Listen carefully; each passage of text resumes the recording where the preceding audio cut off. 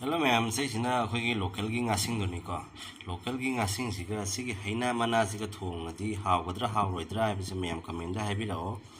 Hazik thong ge tawjabani siga haina siga sigi siga ko ma'am hawgadra hawroidra na haibirao ko comment da. Ma'am ga ngobase loisalaktore haibok hekta haujare. Ma'am asigi haina ga thong ge tawini haina ga alu du amu yaudana. Sena marin khasna khamen ngauge. Jadi ado loyaga mukbang fa setharake ma'am ngaibiro ma'am thongwa loisan gi duga mukbang fa setharake ma'am ngango bokhot pase loi lore se ngango lore haina siga lele ko adoni thongwa haujarage ma'am tilo hapki to tilo gole lemde ahan ma matuga maroi hatha ba ko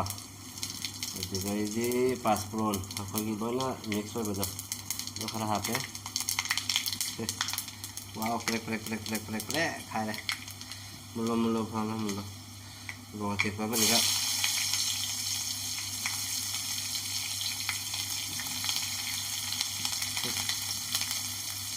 hay na hape đấy ngang một cái này mà có hay na thì khác em bắt thở đấy wah mana sih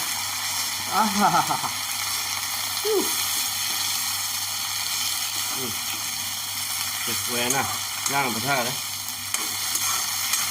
cái ngang ngã sinh nó thùng một chút han mà ní ngã cũng có thùng đi hào đi ngã cũng có thùng thì trăm thì ba lạc xa đây dùng cho buổi đó thì cái buổi đó ngã cũng có đi hào với bắt thở đấy cái gì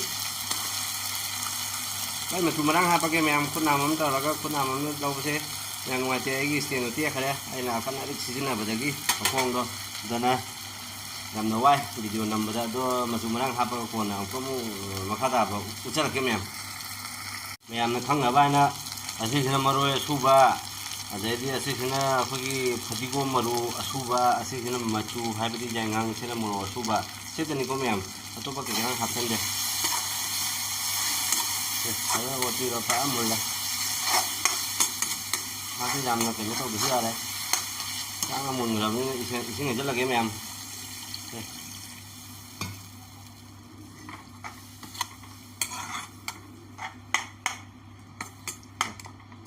rất là phải rất là yeah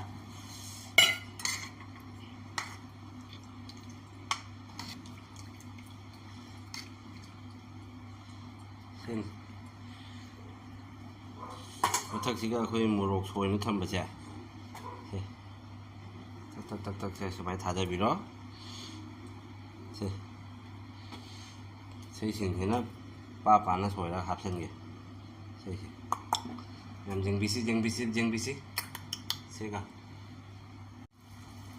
nam khara saura bri na nga sa pasi nga ma hapthare sangare manungda nga ga loi manung sangare ani ahum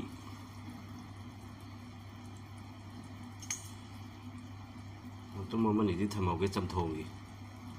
sẽ làm mây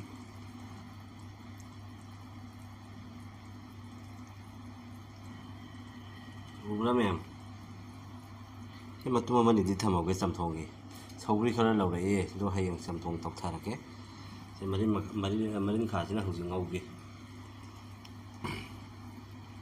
thầm là cái mềm sẽ đi mềm phải rất sau là sân cục sân kia sẽ đi 저는 좀 마린 가기 다 합잖아. 일단 빵빵빵빵빵빵 ngau biro ai nó 손에 좀 끝나 사우리 마닌 거 담잖아. 그래서 할라시라 cái 하나 통어디 마히 같은 랑 떡떡 하오니 마kin 남자 바고다 번티 냠 세 할라시라 cái ya 할라시라 cái ya 할라게다 어디 건 하파게 세 ya 할래 em phải con trai đấy hết ok rồi xong rồi thế tăng ra cái mai bữa sẽ rồi sẽ bông xuống nó xin dần cái gì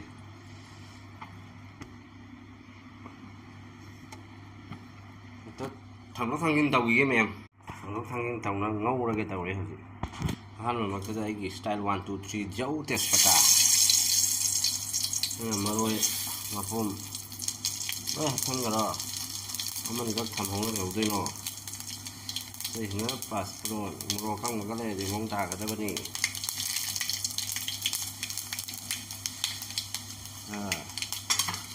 ꯑꯗꯨꯗꯩꯁꯦ ꯍꯥꯞꯊꯔꯣ ꯈꯤꯇꯪ ꯂꯥꯞꯊꯣꯛꯏꯁꯤꯅ ꯀꯩꯒꯤꯅꯣ ꯍꯥꯏꯕꯗ ꯊꯣꯡꯂꯛꯇꯔꯦ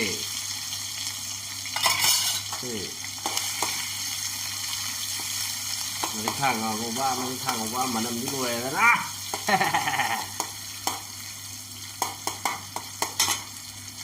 ꯑꯗꯨꯃꯥꯏꯅ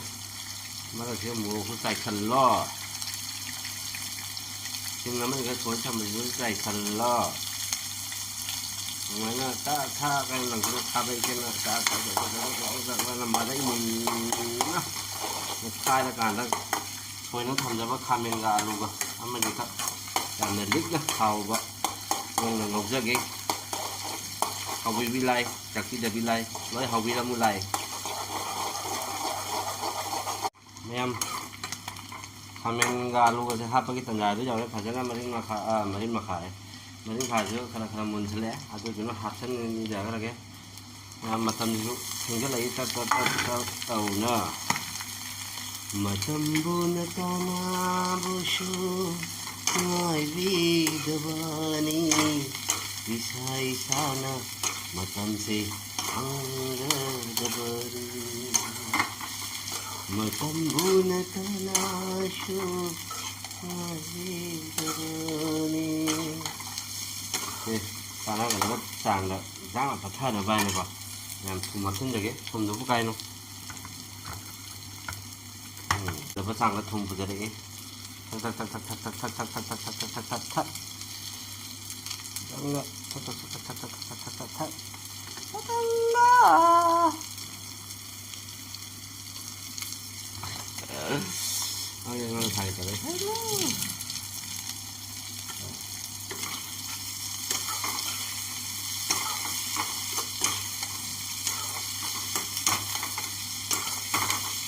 ngã có thay cái mình đi không thằng nó làm không có xe cái mẹ cái xe của ba cái mình đang làm phải thử làm còn chứ làm của ba cái tắc thô cái rừng là vậy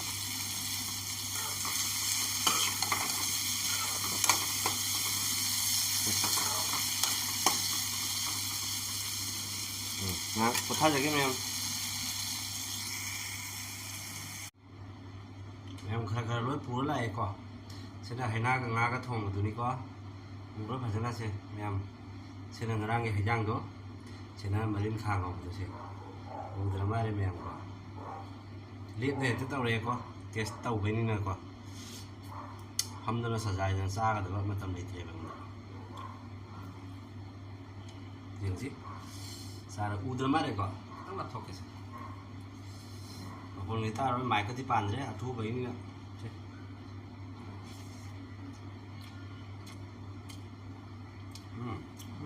신기해. 아.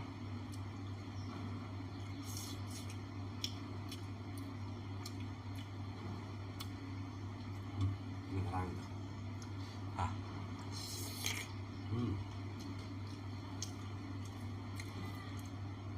자, 가정을 사이 그 통, 좀 따래.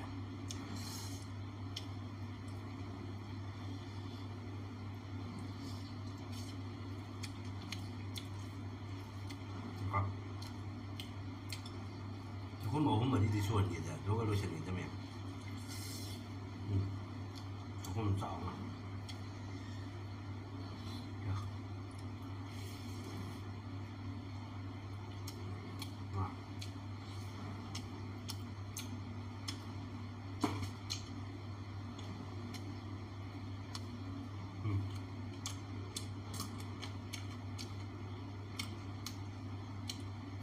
Đó. Thôi lắm nữa mà làm hậu đó.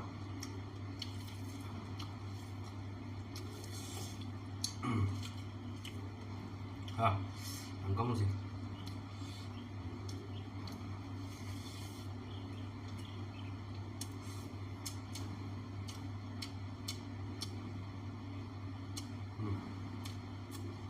Ngon, hậu đó.